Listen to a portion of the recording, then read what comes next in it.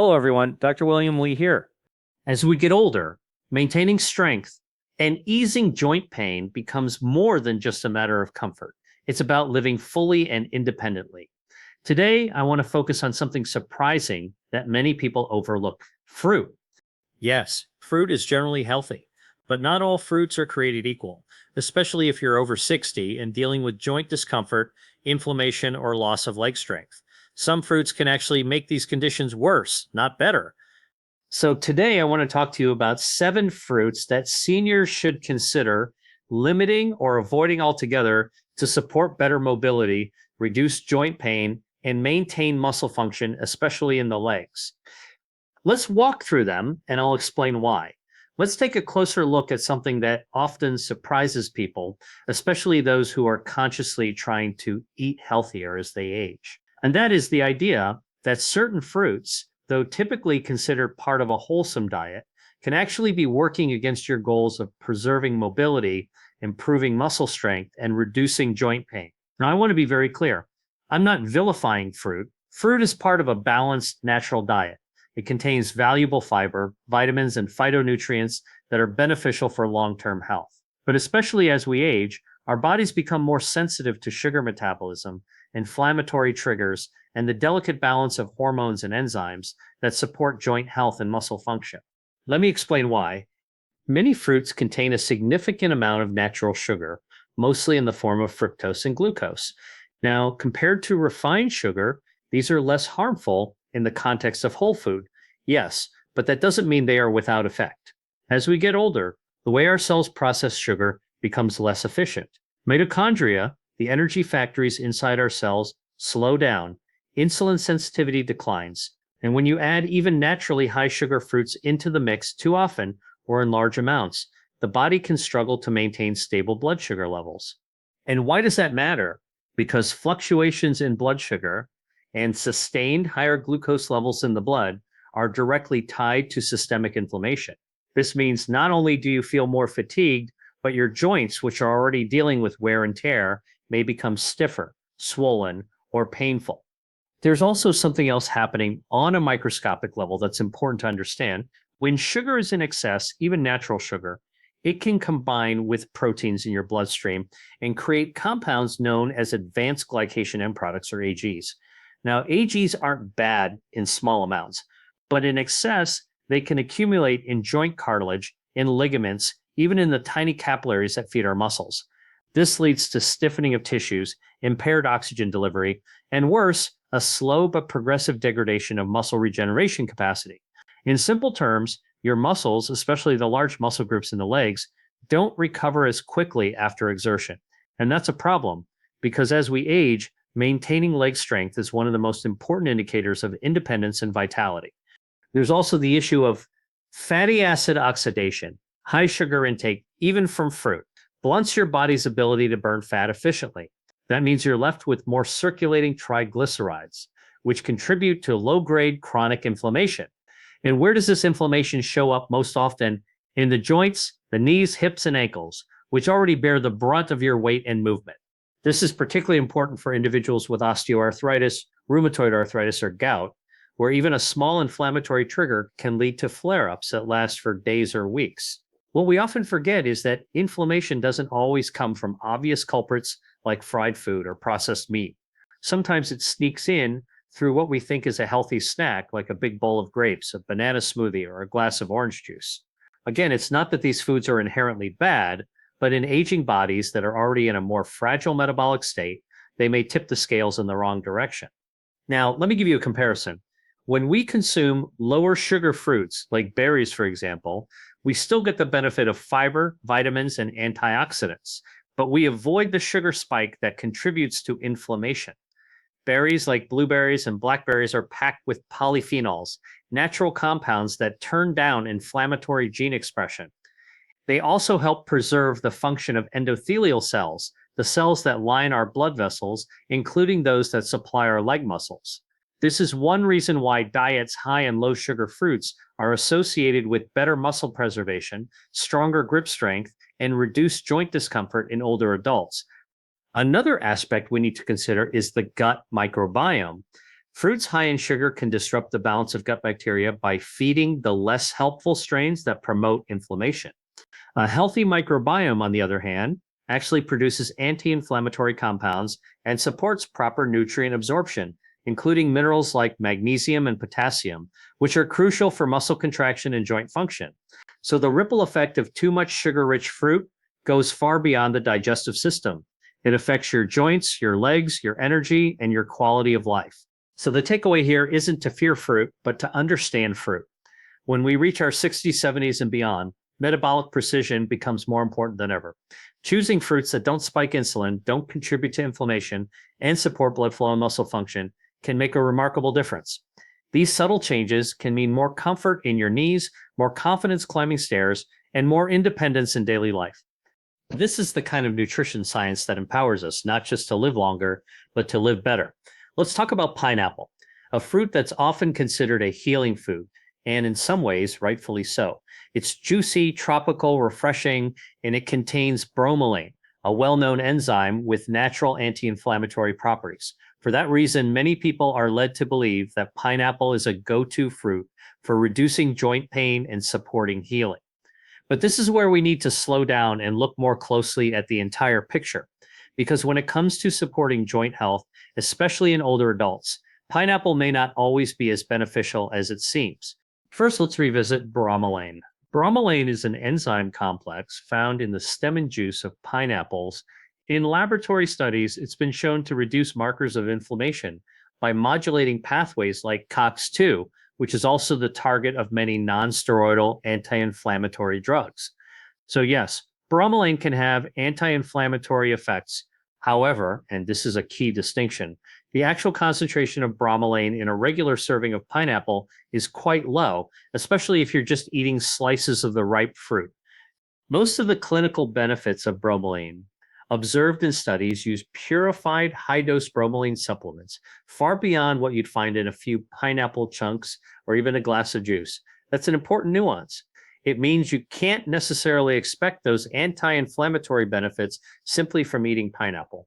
And in fact, what you are getting from the whole fruit may actually be contributing to the opposite effect. Why? Because pineapple is one of the highest sugar fruits we commonly eat. A single cup of fresh pineapple contains about 16 grams of sugar. And if you're eating it canned in syrup, that number more than doubles.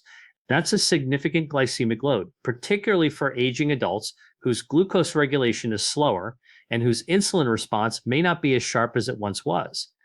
And this high sugar intake, even from natural sources, leads to the same cascade we talked about earlier: blood sugar spikes, inflammatory signaling, and oxidative stress that can damage joint tissues over time. Let's unpack that further. When blood sugar rises sharply, the body responds with the release of insulin to bring it back down, but that process is not instantaneous.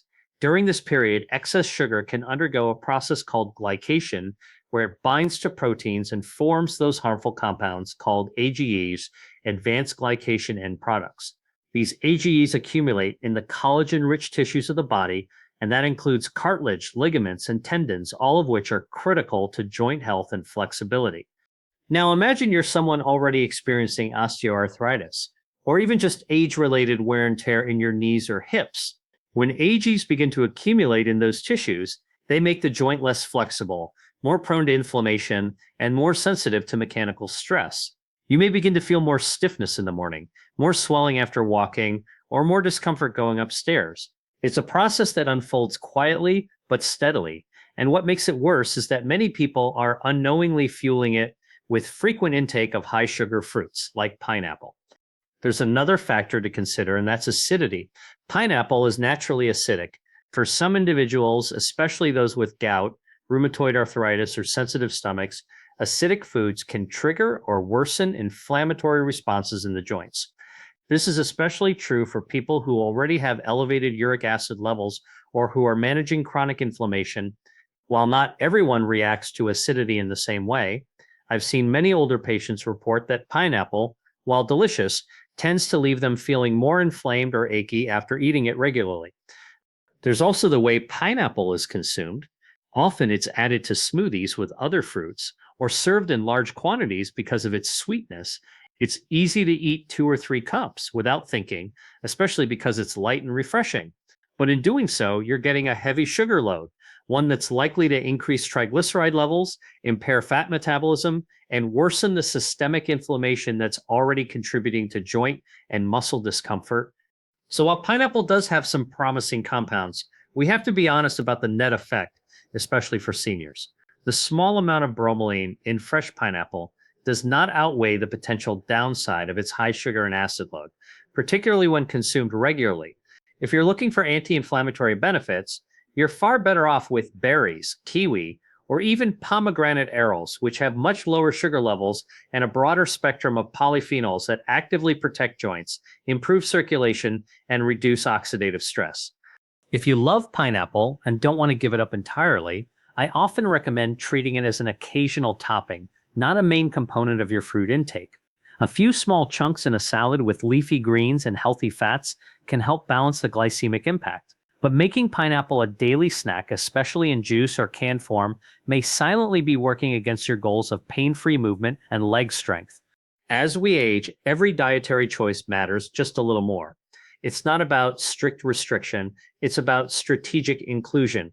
When we understand the real impact of even seemingly healthy foods, we can make informed decisions that support healing, function, and vitality. And that's how we eat to beat joint pain and stay strong on our feet. Cherries have long been hailed for their ability to reduce inflammation, especially tart cherries, which contain a rich concentration of anthocyanins, natural compounds that give them their deep red color and are well known for lowering oxidative stress, calming inflammation, and even reducing markers of arthritis. In fact, studies have shown that tart cherry juice can reduce muscle soreness after intense exercise and may even help manage gout flare-ups by lowering uric acid levels. It's easy to see why cherries have earned their reputation as a healing fruit. But here's the crucial distinction. Not all cherries are the same, and more importantly, not all cherry products deliver the health benefits people expect, especially when it comes to joint health and muscle function in older adults. Let's talk about the kind of cherries most people find in their kitchens or on their grocery shelves. Canned cherries, maraschino cherries, sweetened cherry pie fillings, or even dried cherries that have been heavily coated in sugar. These products are not the same as fresh tart cherries, not even close.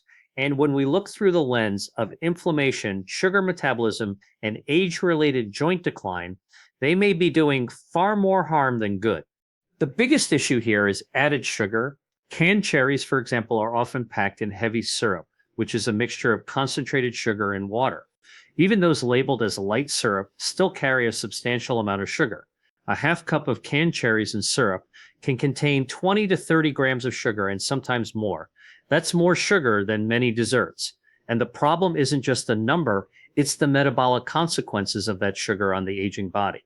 When you consume a high sugar food like canned cherries, your blood glucose levels spike quickly, and your body responds by releasing insulin to bring it down.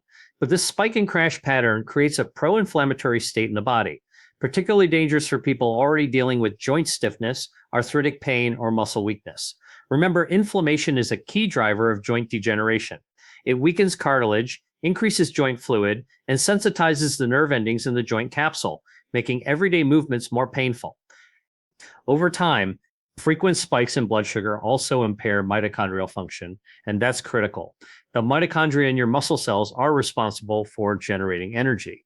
When they're compromised by oxidative stress and excess sugar, muscle recovery slows down, strength declines, and leg fatigue increases. It becomes harder to climb stairs, go for walks, or stand for long periods of time, all of which are essential for maintaining independence and quality of life as we age. It's also important to remember that added sugars contribute to the formation of advanced glycation end products, AGs, those harmful compounds we've discussed before, that bind to collagen and elastin in the joints, making them stiff, brittle, and more prone to injury. AGs also interfere with the repair mechanisms that keep joint tissues healthy. So even though sweetened cherries might taste pleasant, they are silently promoting structural decline in the very tissues you're trying to protect. Let's also talk about maraschino cherries, those bright red, glossy, candy-like cherries often used in desserts and cocktails. They are heavily processed and often contain artificial coloring, preservatives, and up to 3 teaspoons of added sugar per 5 cherries. These offer none of the anti-inflammatory benefits of real tart cherries and instead act like sugar bombs that spike insulin, feed inflammation, and sabotage joint health. I often say these aren't food, they're candy in disguise. And then there are dried cherries. While some unsweetened dried cherries can retain a bit of the antioxidant profile, most commercially available varieties are coated in added sugar to enhance flavor and shelf life. Just one small handful can contain 15 to 20 grams of sugar, and because they're dried, it's easy to eat far more than you would if they were fresh. The glycemic impact is significant. In older adults, this kind of sugar intake directly interferes with the body's ability to maintain muscle mass and encourages the kind of low-grade inflammation that worsens joint sensitivity. So what's the takeaway here? It's not that cherries are bad, far from it, but it's how they're processed and consumed that matters. Fresh or frozen tart cherries, unsweetened, can be incredibly powerful for supporting joint health. But once you move into the realm of sweetened, canned, dried, or processed cherry products, the benefits are quickly lost and the metabolic damage begins to outweigh any potential anti-inflammatory effects. I often remind my patients sugar is one of the most potent dietary accelerators of aging, particularly in the joints and muscles. And for those who are already experiencing signs of joint pain, cartilage thinning, or loss of leg strength, this becomes especially important. Every bite you take is either helping your body heal or quietly pushing you toward degeneration. So if you're eating cherries for their health benefits, choose whole, unsweetened tart cherries and keep an eye on portion size. Better yet, pair them with foods that help stabilize blood sugar, such as a small handful of nuts to minimize glycemic impact. Avoid canned, syrup-packed, and sweetened varieties, which may taste nostalgic but are ultimately working against your mobility and recovery. Remember, when it comes to aging well, it's not just about what we add, it's about what we remove. And cutting out high sugar processed fruit products is a smart, science-backed step towards stronger legs, healthier joints, and a more active life. Let's take a moment to talk about watermelon, a summertime favorite that many people associate with hydration, refreshment, and a sense of lightness. It's sweet, juicy, and often thought of as harmless, even helpful.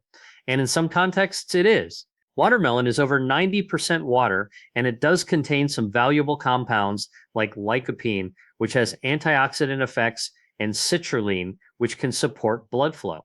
But the key here, and this is especially important for older adults, is that context matters. As we age, our metabolic flexibility and cellular recovery slow down, which means even healthy seeming foods can affect us differently than they once did. When it comes to joint pain, leg strength, and muscle recovery, watermelon may not be as innocent as it appears. Here's why. The first thing to understand is that watermelon, despite being mostly water, is actually very high in sugar relative to its nutritional density. In fact, a typical 2-cup serving of diced watermelon contains about 18 grams of sugar, and that sugar is rapidly absorbed. Watermelon has a high glycemic index, meaning it causes a quick spike in blood sugar levels after consumption. Even though it has a low glycemic load due to its water content, the blood sugar spike still happens fast, and this becomes a concern for aging adults, particularly those already dealing with insulin resistance, prediabetes, or type 2 diabetes. Why is this relevant to joint and muscle health? Because elevated blood sugar, even when temporary, can activate pro-inflammatory pathways. This includes the NF-κB pathway, which triggers the release of cytokines like IL-6 and TNF-alpha, both known to be elevated in people with chronic joint pain and arthritis. These inflammatory messengers don't just make your joints feel achy, they actually accelerate the breakdown of cartilage and impair muscle repair after activity. This is especially problematic in the legs, where large muscle groups like the quadriceps and glutes require continuous regenerative input to stay strong. But that's not the only issue. Watermelon also contains very little fiber, and this matters more than most people realize. Fiber plays a critical role in slowing the absorption of sugar and promoting a healthy gut microbiome. When you consume sugary foods that lack fiber like watermelon, you allow sugar to enter the bloodstream rapidly without the buffering effects that fiber provides.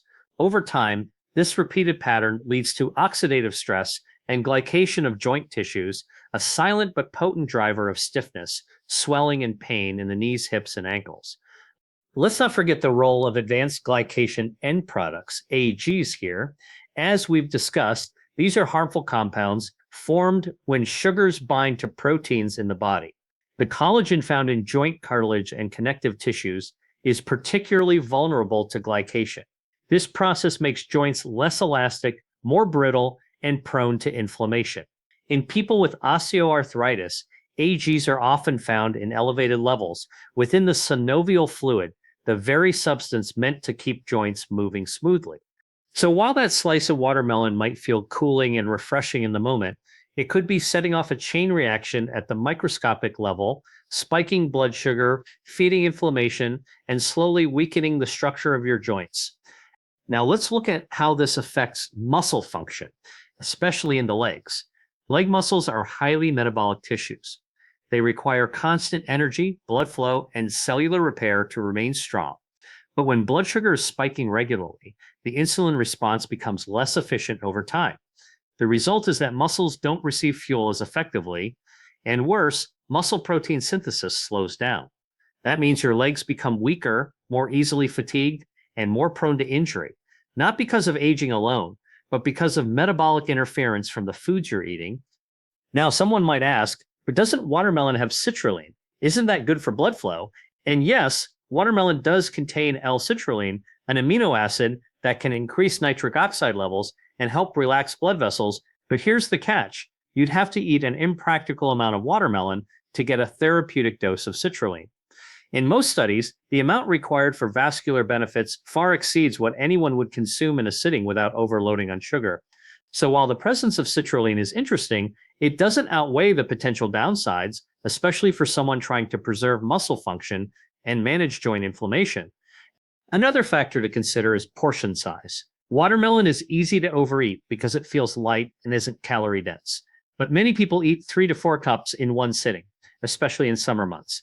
That's equivalent to over 30 grams of sugar in one snack, with no protein or fat to balance it. For an aging body, this is an inflammatory overload, one that doesn't come with any substantial nutritional payoff. So what's the solution? You don't need to cut out watermelon entirely if you love it, but you do need to treat it as an occasional treat, not a daily staple. If you're looking for hydration and joint support, you're better off choosing fruits like cucumber, kiwi, or berries, which offer water content along with fiber, vitamins, and potent anti-inflammatory polyphenols. These support your body's healing pathways rather than disrupt them. It's also helpful to be strategic. If you're going to enjoy a small amount of watermelon, do so with protein or healthy fat, such as a handful of walnuts or a bit of Greek yogurt. This helps stabilize blood sugar and reduces the negative cascade we've just discussed. As with everything in nutritional medicine, it's not about perfection, it's about precision. Understanding the biological impact of the foods we eat, even the ones that appear safe, is what allows us to age stronger, move freely, and heal faster.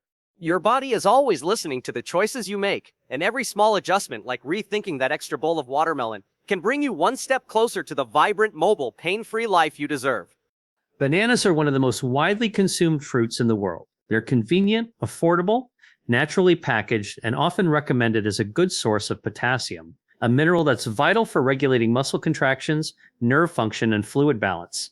And while there's truth to that, there's another side to bananas, especially overripe bananas, that's important to understand if you're focused on protecting joint health and preserving leg strength as you age. Let's start by looking at what happens as bananas ripen. A green or just ripe banana contains more resistant starch, a form of carbohydrate that behaves more like fiber, meaning it's digested slowly and doesn't cause a sharp rise in blood sugar. But as the banana ripens, those starches break down into simple sugars, primarily glucose, fructose, and sucrose. That's why ripe or overripe bananas taste sweeter, because they are. Now, here's where it becomes relevant to your joint and muscle health. Overripe bananas have a high glycemic index. This means they're digested quickly and cause a rapid spike in blood sugar. For a younger person with robust metabolic flexibility, this might not be a big deal. But for older adults, especially those with insulin resistance, prediabetes, or chronic inflammation, this sugar spike can trigger a series of biological responses that undermine your goals of staying mobile and pain-free. First, when blood sugar spikes, the body releases insulin to shuttle that sugar into cells. But when this happens frequently, which is often the case with habitual consumption of high glycemic fruits, cells can become less sensitive to insulin, a condition known as insulin resistance. This is problematic not just for blood sugar regulation, but also for muscle recovery. You see, insulin isn't just a blood sugar hormone, it also plays a role in muscle protein synthesis, the process by which your body rebuilds and maintains muscle mass. So when insulin signaling becomes impaired, muscle repair slows down and leg strength begins to fade, especially in older adults who already face age-related muscle loss or sarcopenia. But there's another hidden consequence of these repeated blood sugar spikes, and that's inflammation. High blood sugar increases the production of pro-inflammatory cytokines, such as TNF alpha and interleukin 6, which circulate through the bloodstream and settle in vulnerable areas like joints. In those with existing joint degeneration, osteoarthritis, for example, this inflammation accelerates cartilage breakdown, increases pain sensitivity, and impairs joint function. It can also lead to fluid accumulation in the joint capsule, making knees and ankles feel swollen, stiff, and sore, particularly after periods of inactivity. Now let's consider another mechanism, oxidative stress. Overripe bananas, when consumed frequently, contribute to excess glucose in the blood. This, in turn, leads to the formation of advanced glycation end products, or AGs. These compounds bind to proteins in the body, particularly collagen, which is a key structural component of both joint cartilage and muscle tendons. When AGs accumulate in joint tissues, they make them less elastic, more brittle, and more prone to damage, meaning that movements that were once easy may now feel painful, restricted, or even risky. And here's something else that often goes unnoticed: the lack of counterbalancing nutrients in overripe bananas. While they are a source of potassium and vitamin B6, they don't offer much in the way of fiber, healthy fats, or anti-inflammatory polyphenols, all of which are critical for joint protection and metabolic balance. So while an overripe banana might provide a quick burst of energy, it doesn't offer the nutrients needed to counteract inflammation, support blood flow, or stabilize blood sugar. Let's not forget about the gut microbiome, which plays a vital role in managing systemic inflammation and nutrient absorption. Overripe bananas contain less resistant starch and more simple sugars, which can feed less beneficial gut bacteria. When the microbiome tilts out of balance, it can trigger immune responses that make joint and muscle pain worse. A healthy gut environment, on the other hand, produces short-chain fatty acids like butyrate, natural anti-inflammatories that help protect the lining of the gut and modulate inflammation throughout the body, including the joints. So what can we take from all of this? Bananas aren't inherently bad, but like many foods, their impact depends on how ripe they are, how often you eat them, and what your body's needs are at this stage of life. If you enjoy bananas, consider choosing less ripe ones, those with just a hint of green or minimal brown spotting. These versions contain more resistant starch, digest more slowly, and have a gentler effect on blood sugar. You can also pair a banana with protein or healthy fat, like a spoonful of almond butter or a few walnuts, to further slow sugar absorption and reduce the inflammatory response. For those seeking to protect joint health and maintain leg strength, it's also wise to diversify your fruit choices. Rotate in berries, which are rich in flavonoids and low in sugar, or kiwi and papaya, which contain natural enzymes and vitamin C to support collagen synthesis and reduce joint stress. The bigger picture here is simple. Not all healthy foods behave the same way in every body, and as we age, our biological priorities shift. What supports healing, movement, and resilience in your 30s may not have the same effect in your 60s or 70s. That's why we need to look at food, not just as fuel, but as information, something that communicates with every cell in your body. And when we begin making these smarter choices, even with something as simple as the ripeness of a banana, we give our bodies the tools they need to repair, recover, and thrive. Oranges are often the poster child for health. They're bright, refreshing, and loaded with vitamin C, which we know plays a critical role in collagen production, immune support, and wound healing. It's easy to see why many people, especially older adults, gravitate toward a glass of orange juice in the morning or slice up an orange as a go-to snack. But there's a deeper story here, one that's particularly important for anyone experiencing joint pain, stiffness, or declining leg strength. And that story begins with the form and frequency in which most people consume oranges, especially in juice form, and how those choices affect inflammation, blood sugar, and the connective tissues that support your mobility. Let's start with orange juice. A typical 8-ounce glass of orange juice contains about 21 to 25 grams of sugar, roughly equivalent to 5 to 6 teaspoons. Even when it's labeled no sugar added, this is still a high sugar load coming entirely from the fruit itself, without the fiber that's present in whole oranges. That matters. Fiber in whole fruits slows down the absorption of sugar, blunts the blood sugar spike, and gives your gut microbiome something to work with. But juice strips that all away, leaving you with a liquid that behaves much more like a sweetened beverage than a health food. Now, let's consider what that sugar does inside your body, particularly if you're over 60 and trying to protect your joints and muscle function. As soon as that sugar hits your bloodstream, your blood glucose levels rise, triggering the release of insulin to bring them back down. But with aging, this process becomes less efficient. Many older adults develop insulin resistance, meaning that more and more insulin is required to move the same amount of sugar into cells. That elevated insulin, over time, becomes problematic for muscle health. Why? Because insulin is deeply involved in muscle metabolism. When it's functioning well, insulin helps shuttle amino acids into muscle cells and supports muscle protein synthesis, the very process by which we maintain and repair muscle tissue. But when insulin resistance develops, this pathway is blunted. Muscles don't get the amino acids they need. Recovery slows down, and muscle atrophy, particularly in the legs, becomes more likely. There's also the inflammation factor. Sugar-rich foods and drinks, including fruit juices, increase levels of inflammatory cytokines in the blood, such as interleukin-6 and tumor necrosis factor alpha. These molecules circulate throughout the body and settle in vulnerable tissues, including your joints. Over time, this leads to cartilage degradation, joint stiffness, and even nerve hypersensitivity, making movements like walking, standing, or climbing stairs more painful than they should be. But it's not just about sugar. For some people, the acidity of citrus fruits, especially oranges, can irritate the synovial membranes that line the joints. These thin membranes are responsible for producing synovial fluid, which lubricates the joints and allows for smooth, pain-free movement. When irritated, they can become inflamed, producing excess fluid and contributing to joint swelling. While this doesn't happen in everyone, many individuals with conditions like gout, rheumatoid arthritis, or even mild osteoarthritis report that acidic foods, including citrus, tend to aggravate their symptoms. Another less obvious issue is the frequency with which orange juice is consumed. Because it's often part of a healthy breakfast routine, many people drink it daily, sometimes multiple times per day, believing it's boosting their immunity or providing essential nutrients. But what they're actually doing is exposing their joints and muscles to repeated inflammatory stimuli, all while flooding the system with sugar that undermines collagen, contributes to AG formation, and weakens connective tissue over time.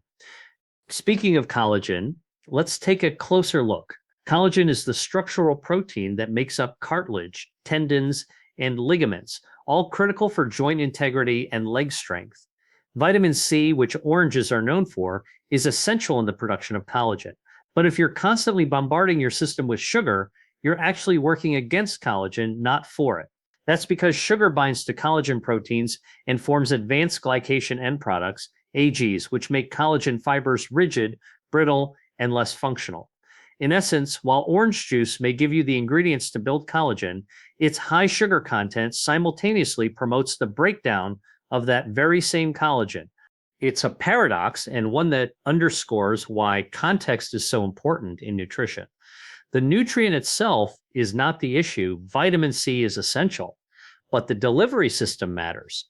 When vitamin C is delivered in the form of a high sugar juice or frequently eaten acidic citrus that causes discomfort, the net effect may not be beneficial and could in fact be harmful over time for aging joints and muscles. So what's the better approach? If you enjoy citrus, consider switching to whole fruits like kiwi, which is rich in vitamin C and fiber, but lower in sugar. Or incorporate berries, which offer antioxidants and polyphenols with far less impact on blood sugar. If you like oranges, eat them whole and limit portion size.